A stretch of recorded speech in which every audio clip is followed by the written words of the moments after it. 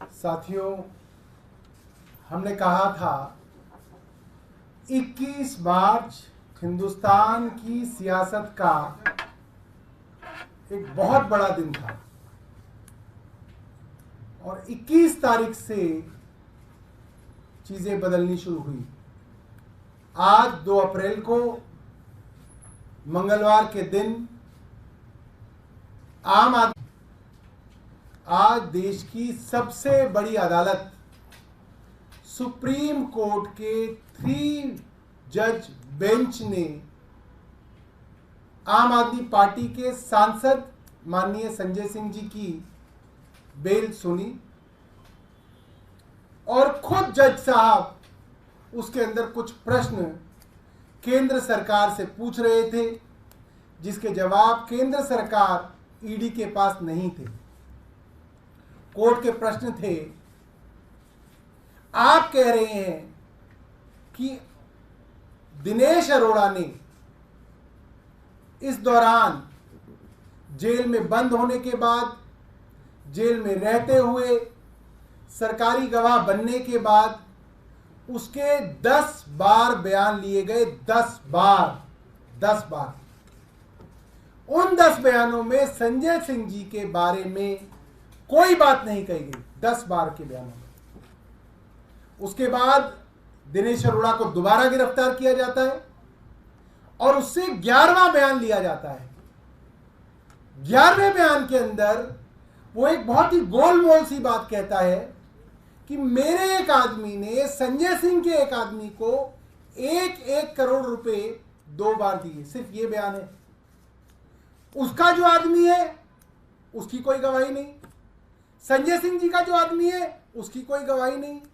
1 करोड़ रुपए कहाँ है किसी को कुछ पता नहीं, कहाँ पहुंचे कोई पता नहीं, रिकवरी हुई कोई नहीं हुई, अटैचमेंट हुई कोई नहीं हुई। सिर्फ एक आदमी का बयान, एक आदमी का बयान जो 10 बार बयान दे चुका है और संजय सिंह जी के बारे में कुछ नहीं कहता, उसके ऊपर दबाव डाल के 11वां बयान कर लो और आप राज्यसभा का वो सांसद उठा लो जो केंद्र सरकार से सवाल पूछता है एक आदमी के बयान पे।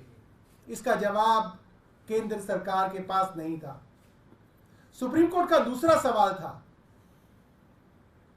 क्या कोई पैसा रिकवर हुआ है, क्या कोई पैसा अटैच किया गया है। जब कोई पैसा रिकवर ही नहीं हुआ, अटैच ही नहीं हुआ, तो पीएमएलए कैसे लगा है। इसका कोई जवाब ईडी के पास नहीं था, केंद्र सरकार के पास नहीं था।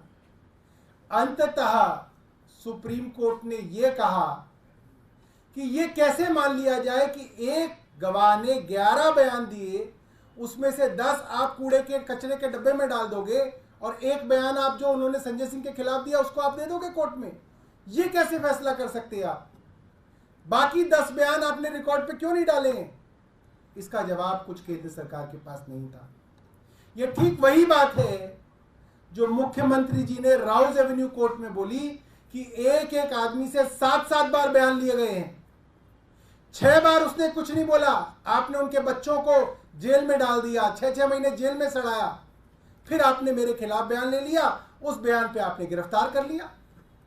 ठीक वैसी ही बात आज सुप्रीम कोर्ट ने पूछी, जिसके बारे में कोई जवाब केंद्र सरकार के पास नहीं था। और सुप्रीम कोर्ट ने लंच आते आते ईडी को यह कहा, अगर आप कोई इंस्ट्रक्शन लाते हैं तो लेके आइए, वरना हम इनको रिहा करेंगे और रिहाई में जो हम जजमेंट लिखेंगे वो आपके पूरे केस को तहस नहस कर देगा, उसके रिपरकशंस होंगे। और डर के ईडी के पास कोई रास्ता नहीं बचा, बजाय इसके कि संजय सिंह जी को बेल मिल सके। और एक फाइनल बात मैं आपको बता दूं कि जो सेक्शन 45 है पीएमएलए का, जिसकी वजह से अक्सर बेल नहीं मिलती, वो इतना कठिन और क्रूर सेक्शन है। वो सेक्शन मैं आपको अगर पढ़ के बताऊंगा तो उसके अंदर ये है, the court should be satisfied that the accused is not guilty of the offence. ये ट्विन कंडीशन है। और अगर कोर्ट इसमें जमानत दे रहा है तो इसका मतलब ये है कि कोर्ट को ये लगता है कि संजय सिंह जी बेगुनाह हैं।